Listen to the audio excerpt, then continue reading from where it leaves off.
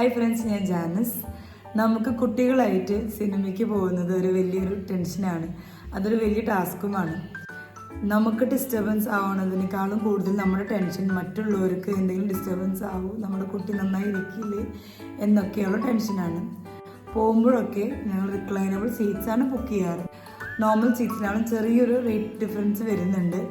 But നമുക്ക് കുട്ടികളായിട്ട് ഇപ്പോൾ ഫീഡ് ചെയ്യുന്ന ഒരു അമ്മയാണെങ്കിൽ ഫീഡ് ചെയ്യാനും പിന്നെ നമുക്ക് കുട്ടീനെ കിടന്ന് നമുക്ക് റിക്ലൈൻ ചെയ്ത് മൂവി കാണാനും സാധിക്കും.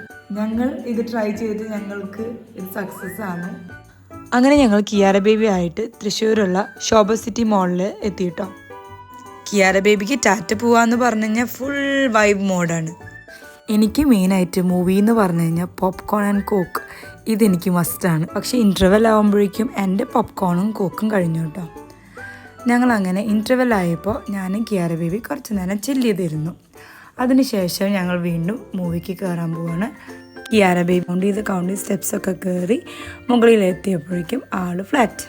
സെക്കൻഡ് ഹാഫ് ഫുൾ ആൾ കിടന്നുറങ്ങി.